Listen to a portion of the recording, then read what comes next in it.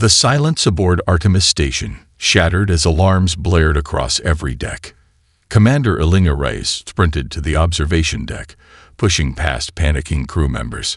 "Status report," she demanded, her voice cutting through the chaos. Lieutenant Santos' fingers flew across the holographic interface, massive spatial distortion forming at coordinates 34.7 by 21.5. "Commander, nothing like we've ever seen." Elena's breath caught as the fabric of space itself seemed to tear open. A vessel emerged, crystalline, imposing, and unmistakably alien.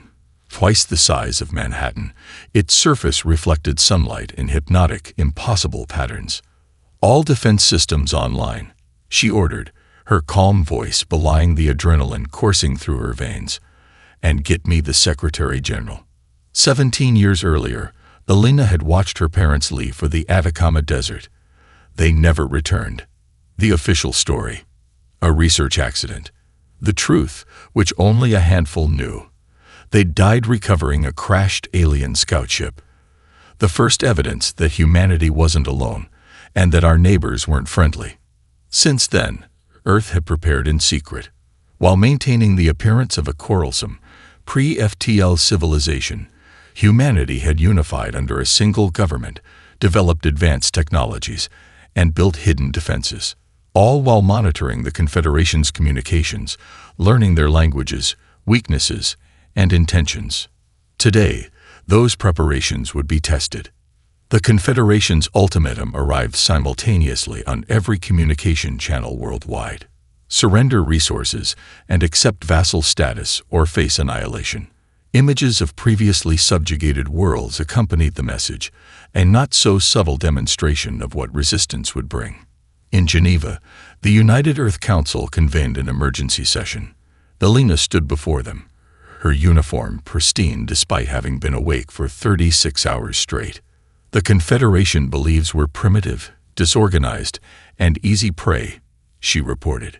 "Their ambassador, Zorax, will arrive tomorrow expecting our surrender." Secretary General O'Keefe leaned forward. "And our options?" "We're outgunned, but not outmatched," Elena replied. "We've had decades to prepare. Admiral Okonkwo's fleet remains undetected in the asteroid belt. Professor Chen's research into their neural physiology shows promising vulnerabilities. What we need now is time." "So we negotiate," O'Keefe concluded. Elena nodded. "I'll lead the talks personally. Every day we gain means another colony ship escaping to the secret outposts, another weapons platform completed, another chance for humanity's survival." The six-limbed Zorax strode into the United Nations with an entourage of neural-linked drone soldiers, mandibles clicking in what his species considered laughter. His exoskeleton gleamed with embedded technology and ceremonial markings, denoting his high status within the Confederation hierarchy. "We are pleased by your wisdom in accepting the inevitable," he said through his translator, compound eyes scanning the chamber dismissively. "Your species will find that service to the Confederation brings certain benefits." Elena rose to meet him, extending her hand in a gesture her team knew the aliens would find uncomfortable. Zorax hesitated before awkwardly grasping it with two of his limbs. "We look forward to learning more about your civilization," Zorax continued condescendingly. "As do we," Elena replied smoothly while beneath the negotiation table, her fingers executed a complex series of gestures on her neural implant. Across the solar system, Earth's hidden defense grid silently activated. The game had begun. Professor Marcus Chen's underground laboratory beneath the Himalayas hummed with activity. 3 days without sleep had left dark circles under his eyes, but adrenaline and purpose kept him moving.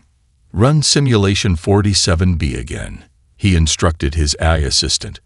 The holographic display flickered, showing neural tissue samples side by side, human and Confederation. The pulse fired. Human neurons showed minimal reaction.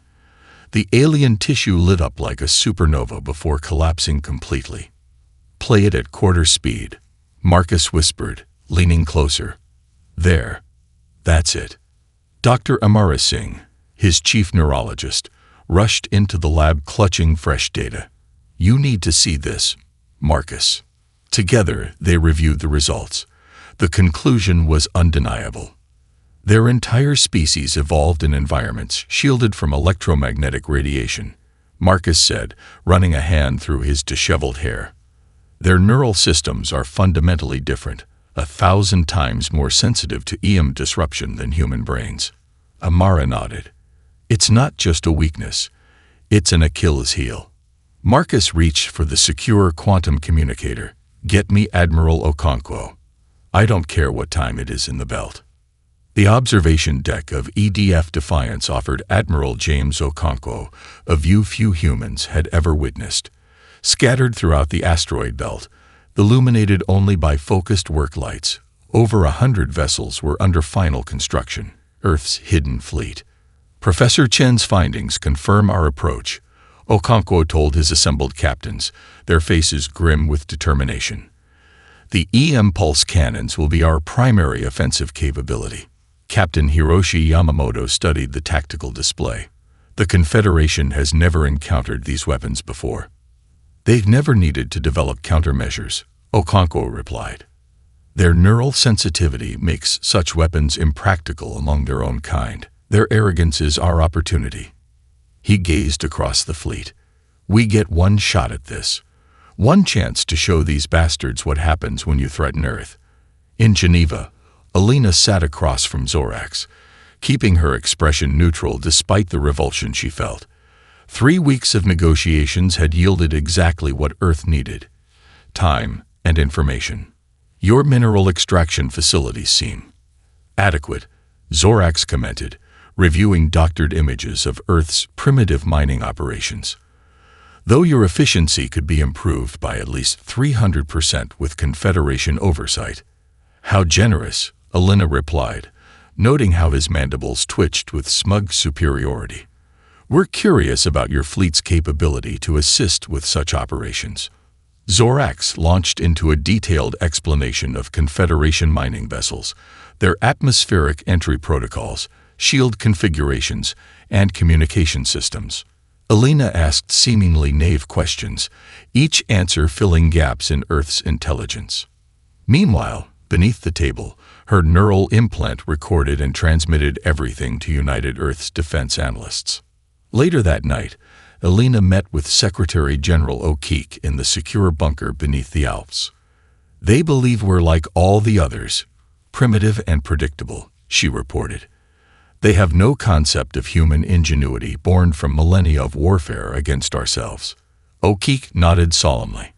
"How much longer can you stall?" 2 weeks, maybe 3. "They're growing impatient.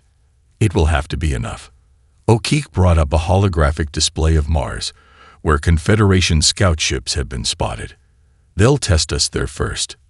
And that's where we'll spring our trap." The Martian sky burned crimson as Confederation dropships descended toward Olympus Colony. From the command center buried deep beneath the surface, Colonel Sanjay Patel watched their approach with practiced calm. "All civilians secure in the deep shelters?" he asked. "Confirmed, sir," Lieutenant Dias replied. "Last transport cleared 5 minutes ago." Patel nodded. "Good. Let them land." He toggled the comm system. "All units, maintain camouflage protocols. Remember your training. We make our stand here." On the surface, the colony appeared nearly defenseless, a collection of prefabricated habitats, solar arrays, and mining equipment. Perfect bait. The Confederation commander, Sub-Hierarch Krelvin, led his troops with the casual confidence of one who had conquered dozens of worlds. "Primitive settlement," he commented, his exoskeleton gleaming in the Martian sunlight.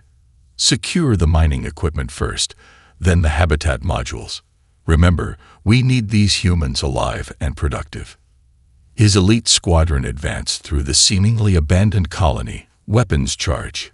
Their sensors detected no resistance, no defense systems, just as intelligence had reported. It was only when the last dropship landed that Pavel gave the order. "Shield activation in 3, 2, 1. Execute." Across the colony, hidden emitters hummed to life. A shimmering dome of energy, coalesced above the settlement, extending deep into the regolith below. The Confederation ships, now trapped within, fired frantically at the barrier to no effect. Krelvin's mandibles clicked in alarm. All units, battle formation. Return to ships immediately. But it was too late. From concealed bunkers, human soldiers emerged wearing specialized battle armor. Unlike the bulky power suits the Confederation expected, these were sleek, optimized for Martian gravity, and most importantly, equipped with E-impulse weapons that Professor Chen had designed. The first volley dropped half the alien force instantly, their neural systems overloaded. The second volley took the rest. Colonel Patel walked among the incapacitated Confederation troops, their bodies twitching involuntarily as their neural systems struggled to reset. "Secure their technology," he ordered. "Everything intact. I want their ships operational within the hour." He activated his secure comm link to Earth. Operation First Stand successful. Minimal casualties. We have prisoners and intact Confederation technology. Phase 2 ready to commence. On Earth, Alina received the news during negotiations with Zorax. She maintained her composure, even as the alien ambassador was informed of the unfortunate incident on Mars. Zorax's compound eyes narrowed. This resistance is unexpected, but futile. The Confederation does not tolerate defiance. "Perhaps we should postpone further discussions," Alina suggested smoothly, "while your leadership assesses the situation." "There is nothing to assess," Zorax hissed, rising to his full height. "A battle group has already been dispatched to your world. This negotiation is terminated." As the alien delegation stormed out, Alina activated her neural implant. They took the bait. "Battle group incoming. Commence Operation Moonfall." Admiral Okonkwo's voice echoed through every ship in Earth's hidden fleet. "This is it, people. The moment humanity shows the galaxy what we're made of." The fleet powered up, emerging from concealment behind Earth's moon just as the Confederation battle group exited FTL. The aliens, expecting to find an undefended planet, instead faced a fully prepared human armada specifically designed to target their vulnerabilities. "For Earth," Okonkwo said simply, and gave the order to fire. The Confederation High Council chamber on Axion Prime fell silent as the holographic display showed their defeated battle group. 8 council members, each representing a founding species, watched in disbelief as human vessels systematically disabled their supposedly invincible warships. "Impossible," whispered Supreme Counselor Vexalia, her luminescent tendrils pulsing with agitation. "These humans were pre-FTL primitives merely cycles ago." "Clearly, our intelligence was flawed," replied War Counselor Druum, his crystalline form darkening with rage. "I have already ordered the mobilization of our central fleet. This aberration will be corrected." News of Earth's victory spread through subspace channels faster than any Confederation sensors could contain it. On subjugated worlds across 3 spiral arms, whispers began. Humans defeated the Confederation. Humans found a weakness. Dr. Aya Nakamura monitored these transmissions from her laboratory aboard the EDF Horizon. As Earth's foremost xenolinguist, she had spent years decoding Confederation communications. Now, something unexpected caught her attention. Encrypted messages using frequencies no Confederation species utilized. "I need more processing power," she told her team. Excitement evident in her voice. "Someone else is watching. Someone is trying to contact us." 3 days later, Dr. Nakamura stood before Admiral Okonkwo and the United Earth Security Council, her hands trembling slightly as she presented her findings. "They call themselves the Threlk," she explained, displaying holographic images of massive 4-armed beings with ridged exoskeletons. Once the greatest warriors in the galaxy, now the Confederation's frontline soldiers. But they're not willing participants. She brought up neural scans. These implants control their entire species. They've been enslaved for centuries, turned into living weapons. And now, they're reaching out to us. Professor Chen studied the Threlk neural implant schematics that Dr. Nakamura had extracted from their transmissions. "It's barbaric," he said, disgust evident in his voice. "Their entire neural system is hijacked, reward centers activated only during combat or when following Confederation orders." Elena leaned closer to the display. "Can we disable these implants?" "Theoretically." Chen manipulated the hologram, highlighting specific nodes. "The same EM technology we used against their ships could be modified. But we'd need to get close. Very close." Admiral Okonkwo's war room aboard the flagship Defiance fell silent as the latest intelligence reports came in. The holographic display showed hundreds of Confederation vessels converging from across the galaxy. "We bought time, but not enough," he said grimly. "Even with our technological edge, we can't withstand their full might. Earth needs allies." Elena studied the Threlk fleet positions. "If we could free them from control, we'd turn the Confederation's greatest military asset against them." Okonkwo finished. "But it would require infiltrating their command vessel.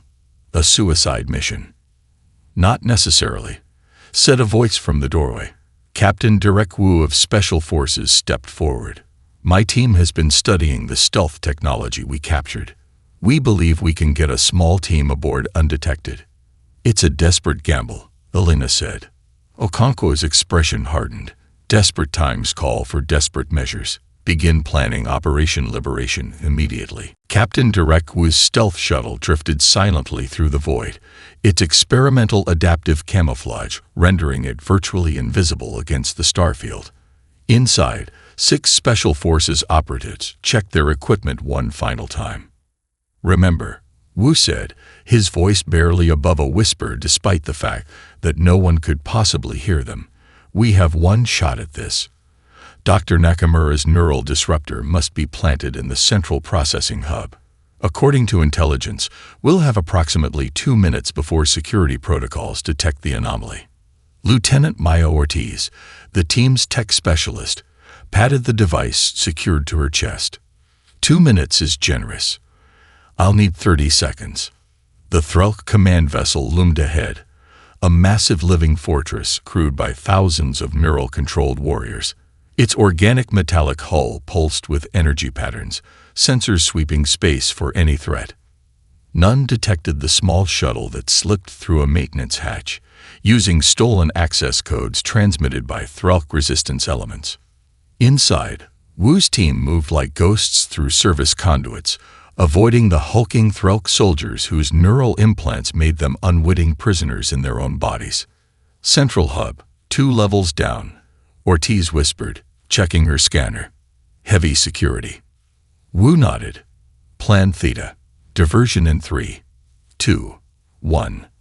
Across the vessel, carefully planted devices activated, creating system malfunctions that drew security teams away from the central hub.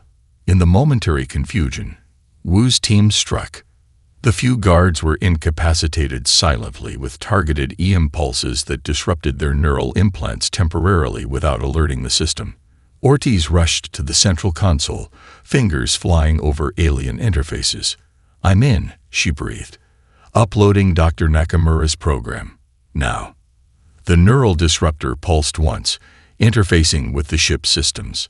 For 3 heartbeats, nothing happened. Then came the screams, not of pain, but of awakening, of freedom after centuries of enslavement. Commander Krelthak had served the Confederation for 200 years, his body and mind not his own. The sudden silence in his head, the absence of commands, of control, was more deafening than any battle cry. He staggered, massive frame collapsing against a bulkhead as awareness flooded back. Around him, thousands of Threlk experienced the same awakening, their neural implants disabled by the human device. When the small team of humans appeared before him, Krelthak didn't hesitate. Centuries of rage found focus. "Your people did this," he rumbled, voice harsh from disuse. "You freed us." Captain Wu nodded. "We seek allies against our common enemy." Krelthak's 4 arms extended in the ancient warrior gesture of his people. Then the Threlk stand with Earth.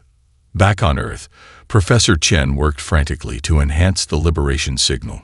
Using Confederation communications technology reverse-engineered from captured vessels, he prepared to broadcast the neural disruptor pattern to all subjugated worlds simultaneously. "This goes beyond tactical advantage," he told Elena, who watched the final preparations. "We're about to change the fundamental power structure of the galaxy." Elena's eyes reflected the determination that had carried humanity this far. "Broadcast on my mark." She activated her neural implant, connecting to Admiral Okonkwo's fleet and the newly liberated Threlk vessels. "For freedom," she said simply, and gave the command. Across the galaxy, chains began to break. The Confederation Emergency Conclave convened in the ancient halls of Axion Prime. Supreme Counselor Vexalia's tendrils lashed violently as she addressed the assembly. "The humans have committed the ultimate transgression," she hissed. "Not only have they resisted assimilation, but they have infected countless subject races with their dangerous ideology of freedom." War Counselor Droom stepped forward. "The humans do not understand what they have done. Before the Confederation, the galaxy was chaos. We brought order." "Order through enslavement," observed a junior counselor, who was immediately silenced. Vexalia's eyes narrowed. "Dispatch the Voidwalkers. End this rebellion at its source." Admiral Elena Reyes, promoted after Okonkwo's sacrifice during the Battle of Proxima Centauri, stood before the monument to the fallen hero. His final act had saved 3 colony worlds but cost him his life. "We won't waste what you purchased with your blood," she whispered. Her neural implant pulsed with an urgent notification. She turned to find Professor Chen hurrying toward her, uncharacteristic excitement breaking through his usually reserved demeanor. "We found it, Admiral," he said breathlessly.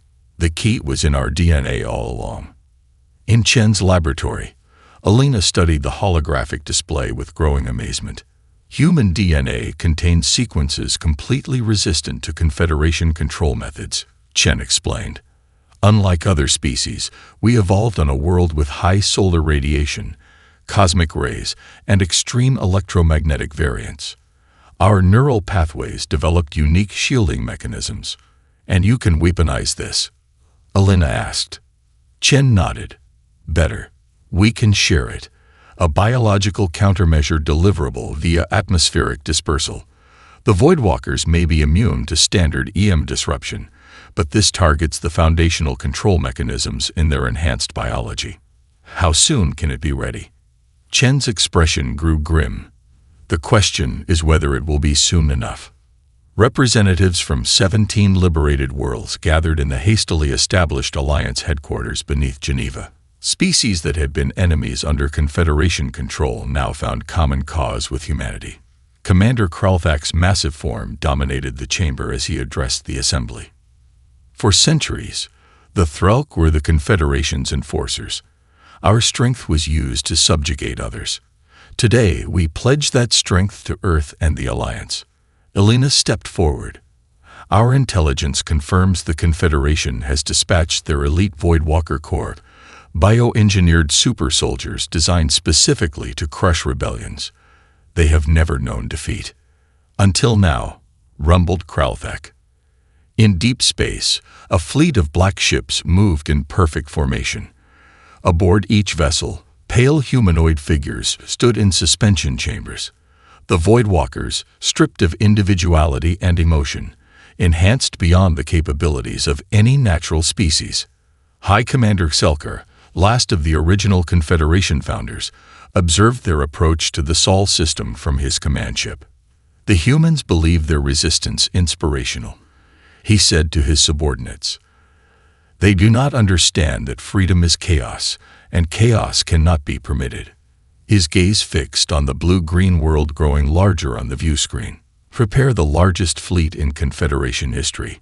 We will make an example of Earth that will be remembered for millennia." Earth's skies blazed with weapons fire as the largest space battle in galactic history unfolded.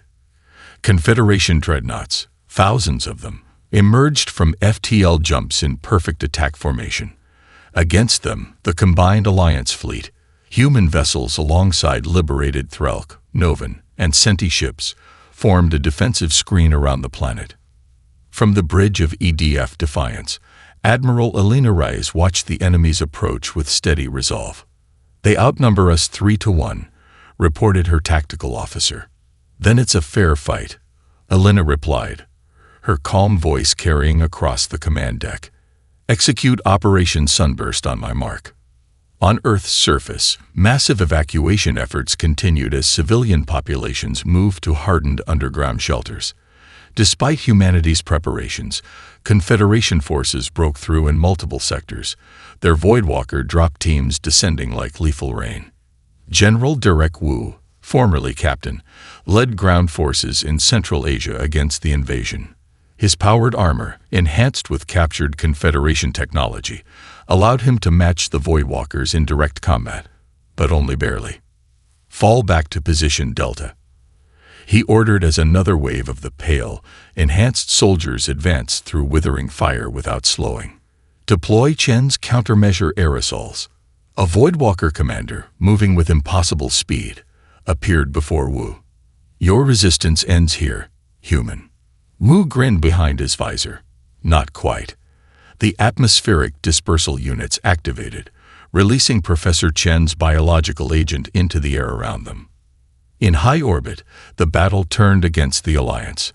Elena watched as ship after ship winked out of existence on her tactical display. "We can't hold them," her XO stated grimly. "We don't need to hold them," Elena replied. "We just need to hold them off."